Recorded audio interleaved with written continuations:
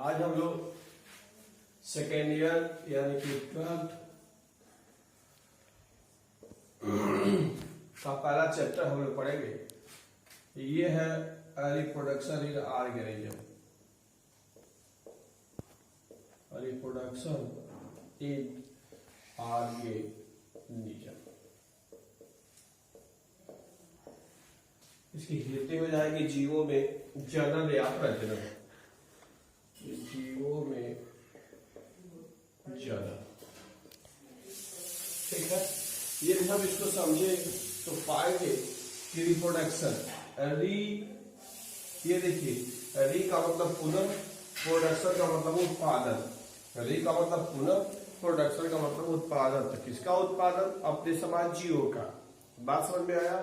यानी कि वह प्रक्रिया जिसके फलस्वरूप जीव अपने समान संतान उत्पन्न करते हैं, इसी प्रक्रिया को रिप्रोडक्शन कहते हैं। बात समझ में आया? यानी reproduction is the biological process by which organism produce own like daughter. आप स्प्रिंग कर सकते हैं, डॉटर कर सकते हैं। तो ये जो होता है यह बायोलॉजिकल प्रोसेस है। बायोलॉजिकल प्रोसेस यह क्या है? जैविक प्रक्रिया है जो सभी जीवों में पाई जाती है। एक चीज थोड़ा सा और देखा जाए तो क्या होता है, पाया होगा, आपने पढ़ा होगा और क्लास में पाया होगा कि पृथ्वी पर जीवन की उत्पत्ति में करोड़ों वर्ष लगे, यानी कि too much time involve in production of the organism. पृथ्वी पर जीवन की उत्पत्ति होने के लिए बहुत लंबा समय लगा। इतने समय के पश्चात इस जीवन की उत्पत्ति तो हुई, लेकिन उसके बाद भी आप देखते हैं कि सभी जो जीवधारी होते हैं वह एक निश्चित समय के पश्चात मृत्यु हो जाते हैं। तो एक बार जीवन उत्पन्न हुआ, प्रोड्यूस हुआ, उसके बाद से जब तक उनके जीवन पूरा हो जाता है और उसके बाद मृत्यु को प्राप्त हो जाते हैं, तो क्या हो गया? वो समाप्त हो जाते हैं।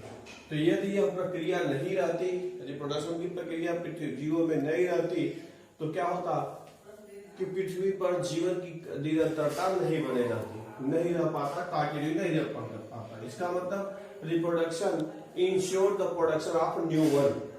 यह क्या करता है कि जीवन, पृथ्वी पर जीवन की निरंतरता को बनाए रखता है, नहीं तो पृथ्वी पर जीवन की निरंतरता बनी नहीं रह सकती। एक और चीज आप देखते हैं कि सभी जीवधारियों में यह टेंडेंसी रहती है कि उनका वंश चलता रहे। सभी जीवधारी चाहते हैं कि उनका वंश चलता रहे और इसके लिए भी यह रिप्रोडक्शन आवश्यक है। बात समझ में आ गया? तो ये बायोलॉजिकल प्रोसेस है, पृथ्वी पर जीवन की निरंतरता बनी रहती है और सभी जीवधारियों में यह टेंडेंसी रहती है जिसके फलस्वरूप कि उनका संतान चलता रहता है। इसीलिए आपने देखा होगा एक शब्द है पेरेंटल केयर। पेरेंटल केयर आप समझते हैं कि सभी जीवधारियों में अपने संतान के देख रेख के लिए विशेष प्रकार की चिंता होती है। सभी जीवधारी चाहते हैं उनका जो संतान हो कुछ निश्चित समय तक तैयार हो जाता है, विकसित हो जाता है और उसके बाद वो उसकी चिंता छोड़ते हैं। तो that is known as parental care. Parental care से बाद एक और चीज समझ में आती है कि जो पेरेंटल केयर है वो मेल की तुलना में फीमेल में अधिक रहता है। पेरेंटल केयर जो होता है मेल की तुलना में फीमेल में अधिक होता है, इसीलिए मेल की अपेक्षा फीमेल ज्यादा शक्तिशाली होते हैं। आप देखते होंगे कि अगर शेर का देखा जाए और शेरनी की तुलना की जाए तो शेरनी में पेरेंटल केयर बहुत अधिक रहता है और उसके वजह से इस तरह आप देखते हैं कुत्ता और कुतिया, डॉग है, कुत्ता और कुतिया में देखते होंगे तो जो कुतिया होती है फीमेल डॉग होती है उसमें ये पेरेंटल केयर बहुत अधिक रहता है। इसके बाद हम लोग चर्चा करते हैं लाइफ स्पैन। लाइफ स्पैन, जीवन अवधि। लाइफ स्पैन का मतलब जीवन अवधि। इसका मतलब हम देखें तो कह सकते हैं the time gap between birth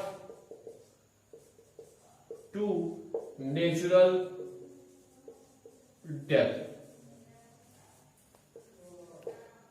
बात समझ में आया? यानी कि जन्म से लेकर और प्राकृतिक रूप से मृत्यु के बीच का जितना समय अवधि होता है उसी को जीवन अवधि लाइफ स्पैन कहते हैं। अब ये जो लाइफ स्पैन है वह जीवधारियों के शरीर की न तो बनावट पे डिपेंड करता है, न उसकी जटिलता पर डिपेंड करता है। यानी कि life span does not depend on the body of organism और अथवा कंपैक्सिबिलिटी यानी कि जटिलता पर निर्भर नहीं करता है। अब और देखा जाए तो जो लाइफ स्पैन होता है वह जीवधारी के रहन सहन, भोजन इत्यादि पे डिपेंड करता है। तो कुछ जीवधारियों का अगर देखा जाए तो जो क्रो यानी कौवा, क्रो का जो लाइफ स्पैन होता है वह 15 वर्ष होता है। पैरट इसका 140 वर्ष। ये देखिए कौवा और पैरट, कौवा का 15 वर्ष है और पैरट का ये 140 वर्ष। अब देखिए दोनों का शरीर भी बिल्कुल एक जैसा, कलर चेंज रहता है, बाकी रहन सहन भी, लेकिन फिर भी कौवा देखिए कितना कम वर्ष जीता है और पैरट अधिक 140 वर्ष है। एलिफेंट है 60 ईयर्स।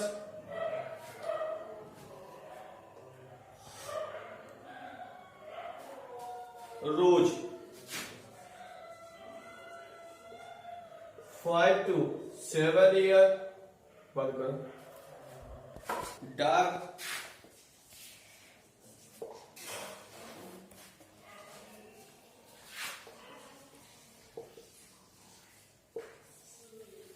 30 ईयर। बटरफ्लाई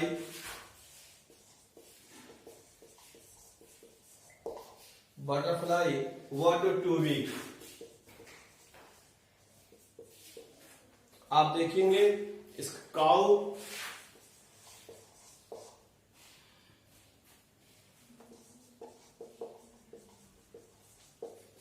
20 से 25 ईयर।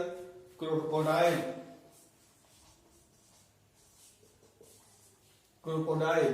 आपका है 60 year. Fruit fly 2 week. Tortoise है आपका 100 to 150 years. Horse 60 years.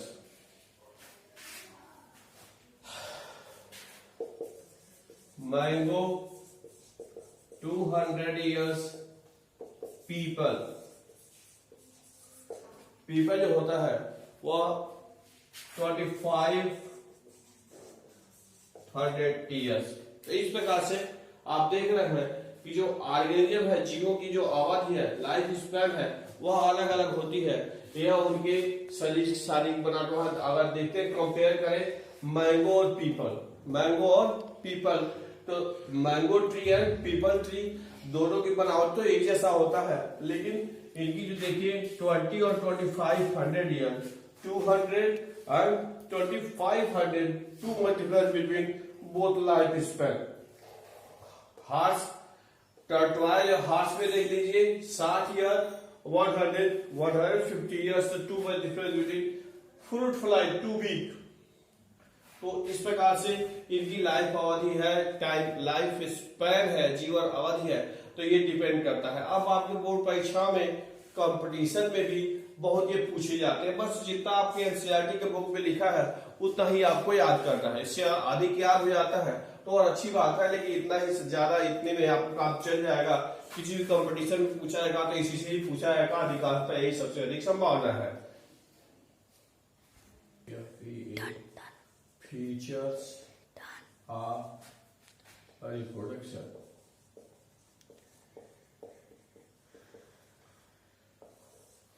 Basic feature of reproduction अर्थात रिप्रोडक्शन की मुख्य विशेष बातें, गुण कह सकते हैं।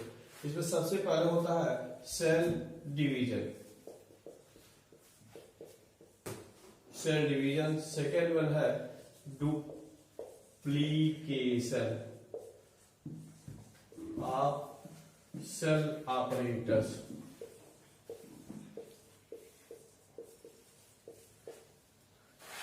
थर्ड है फॉर्मेशन ऑफ रिप्रोडक्टिव यूनिट। तो हम चर्चा कर रहे हैं बेसिक फीचर ऑफ रिप्रोडक्शन, जनन के होने वाले मुख्य गुण, फीचर यानी गुण। इसमें सबसे नंबर 1 है सेल डिवीजन। क्या है ये? Cell division. सेल कोशिका से होते हैं, डिवीजन का मतलब विभाजन, अर्थात कोशिका जो होती है वह एक कोशिका से 2 कोशिका बनती है, एक कोशिका से 2 कोशिका बनती है। यह की इवेंट मुख्य घटना है। अब जहां से भी रिप्रोडक्शन होता है, आगे हम लोग पढ़ेंगे male reproductive organ, female reproductive organ, या जो भी पढ़ेंगे उसमें क्या होता है कि जो एक कोशिका है, कोशिका इसमें जितने भी क्रोमोसोम गुणसूत्र वगैरह होंगे तो इनका क्या होता है? डिवीजन होता है। केंद्रक होता है, इसका डिवीजन होता है। एक कोशिका से 2 कोशिका बनती है, गुणसूत्रों की संख्या डबल हो जाती है, तो इसको बोलते हैं सेल डिवीजन। तो ये पहला गुण है, यानी कि जहां भी रिप्रोडक्शन होगा उसमें सबसे पहले सेल डिवीजन होगा। ये मुख्य घटना है, की इवेंट है। इसके पश्चात डुप्लीकेशन ऑफ ऑपरेटर्स, जितने भी इसमें भाग लेने वाले होते हैं सबका डुप्लीकेशन होता है। डुप्लीकेशन द्विगुणन 1 से 2, अर्थात हम बात करें जो न्यूक्लियस है, केंद्रक है, उसमें क्या होता है? क्रोमैटिन तंतु यानी क्रोमोसोम पाए जाते हैं। क्रोमैटिन तंतु का मतलब क्रोमोसोम पाए जाते हैं। तो जो क्रोमोसोम जितनी मात्रा में होते हैं, जैसे मान लीजिए हम मनुष्य की बात करें तो अगर इसमें जितने भी गुणसूत्र होते हैं उसका डबल हो जाता है, एक कोशिका में जितनी रहती है उसकी उतना डबल हो जाता है। अब पढ़े होंगे, आगे पढ़ेंगे कि जो मेल गैमेट होता है, फीमेल गैमेट होता है, उसमें 23 क्रोमोसोम होते हैं और 23 फीमेल से आते हैं, तो इसका डुप्लीकेशन होता है। जितना क्रोमोसोम रहता है उसका डबल हो जाते हैं। इसी को कहते हैं डुप्लीकेशन ऑफ सेल ऑपरेटर्स, यानी कि जितने भी कोशिकांग वगैरह होते हैं सब डबल की संख्या में हो जाते हैं। उसका तीसरा है formation of reproductive unit. Formation of reproductive unit यानी कि जो जनन इकाई होती है उसका डबल होने के निर्माण होने लगता है।